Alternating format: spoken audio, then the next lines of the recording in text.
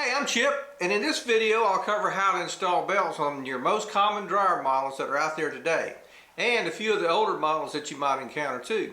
So let's get right to it.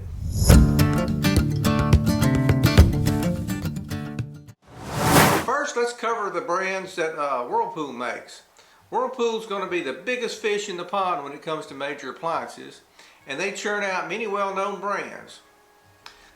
Whirlpool acquired Maytag in 2006, and after that Maytag brand contained Whirlpool parts. So this is also true of KitchenAid, which they bought in 1986. So suppose you have an Amana, Estate, Conservator, Kenmore, or a Whirlpool. In that case, you have an appliance with Whirlpool parts and will probably have this belt configuration. So if you have the most common model of these types of appliances, this should be how your belt configuration is going to look. In this picture, the belt passes around the drum and through the yoke of the idler pulley, and then around the drive pulley. So to change these belts, you would gain access to the belt and the motor area from the front part of the machine. If you're watching this video, we're going to assume that you already have disassembled your appliance and you just need help to route the new belt. Now, this is a picture of the machine with the drum out, and here you can see two pairs of slots here in the bottom of the cabinet, and you need to choose the slots are the ones that are lined up with your dryer's motor pulley. These slots are in the bottom of the cabinet where the idler pulley fits, as you can see here. And once you have your drum installed with a new belt around it, you'll have to reach in, feed the belt through the yoke of the pulley arm, then slip the groove side of the belt over the motor pulley. And then you can reassemble the machine and go ahead and test your installation. Okay, next let's look at the higher end Whirlpool brands. Here's the Maytag Bravos.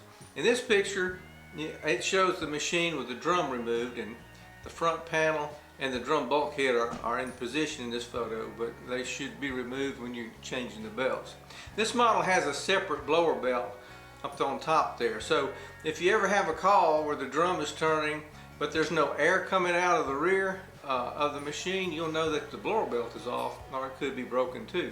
And to change this belt, or change the drum belt, you're going to have to drape the replacement belt over the drum, reach in from the front, and by feel you need to position that belt over the motor pulley because you can't see it.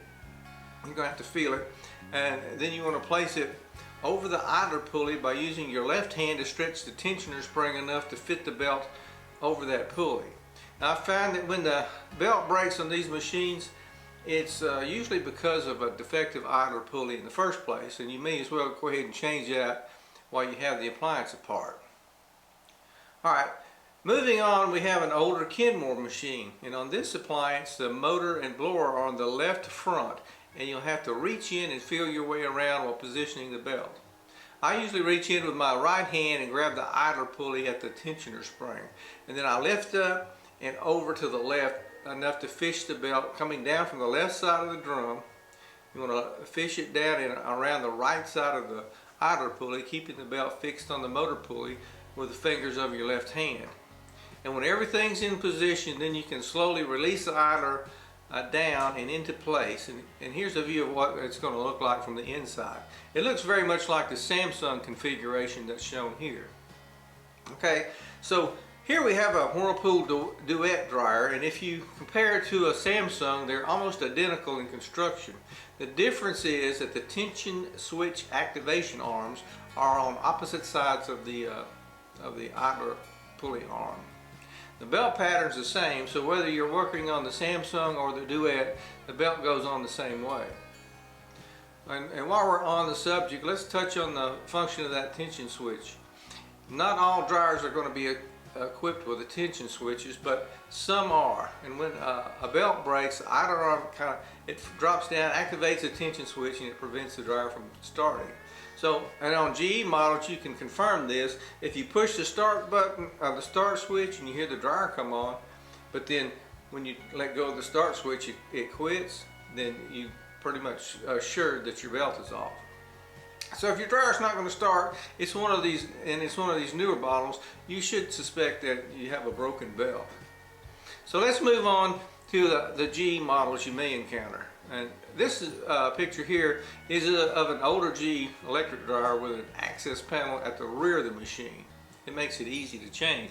So the idler pulley arm has a slot that fits over the post and on the top of the motor shaft to the tensioner spring. So it fits on a slot, goes over the top of the motor to that tensioner spring. The belt is routed over the top of the idler pulley, then around the right side of the drive pulley. And I use my left hand to push up on the idler arm just enough to position the belt, as in this picture, and then I ease it down to tension the belt. If you push straight up, you might cause that left side of the idler arm to slip off that post it rides on. So you need to be aware of that. So, and some older Maytags and Frigidaire machines also have an access panel with a similar belt to pulley arrangement like the GE's. Okay, the newer General Electric machines have an idler pulley that's connected to a long bent spring steel rod that fits along the side of the motor, and when it has tension on it, it activates a switch that allows the dryer to start.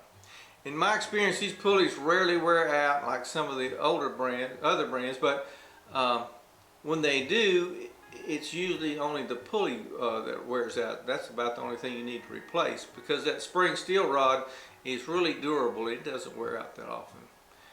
These belts are by far the most difficult that I've found to replace, because the motor blower assembly is usually found at the front left on the G's, and it's going to be on the front right on some Frigidaire models. And you could say it's the same configuration, only it's a mirror image of the same thing. So to route this belt, you have to stick your hand through a tiny opening between the drum and the blower, and with your right hand pull the idler pulley to the right. Then you got to be sure that the belt isn't on the back side of the rod. And if you're like a bodybuilder and you have real big arms like your big forearm, you need to take your watch off, and it's really difficult. If you got a big old arm, you may not even be able to do this. You're going to have to get some skinny guy like me to do it. So anyway, this is a very stiff rod, and it has to be pulled over quite a bit. Here's a picture of it from the back side showing the belt, how the belt is routed.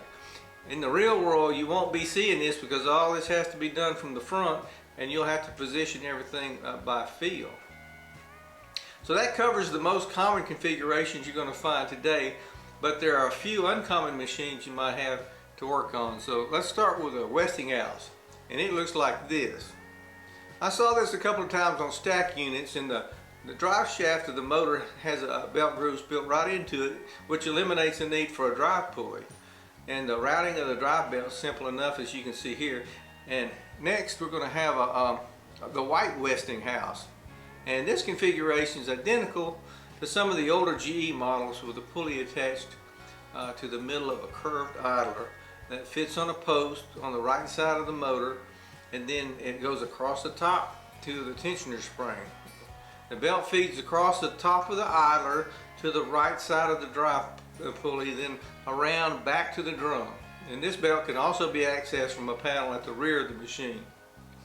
And now we come to the most confusing arrangement I ever experienced. This is a picture of one of the older Maytag machines. The belt on this machine goes over the drum with the groove side of it up. So the grooves are going to be up when you're looking at the drum.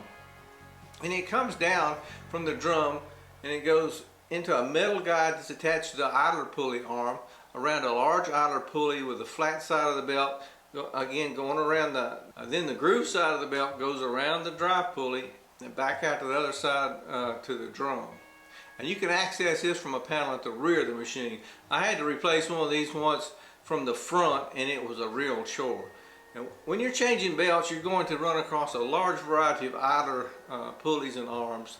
Some of these wheels will even be interchangeable as long as the shaft sizes are compatible, but it's always better to replace these with original equipment parts. Also, if you use the wrong idler arm, it may not connect to the tensioner switch if it has one. Okay, and often you're going to find the Whirlpool brand has a instead of a idler pulley, it's got a Teflon glide.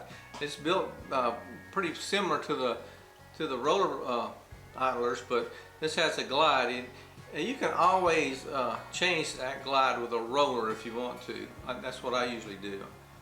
So if you're having trouble with your dryer belt, I hope this video was helpful, and I'd appreciate you hitting that like button. It really helps the channel and it makes me smile too. And if you're interested in washer and dryer repair, you'd really benefit from subscribing too. I try to make a video every week outlining a repair I've done recently at our repair shop. And thanks for watching, and I hope to see you on the next one.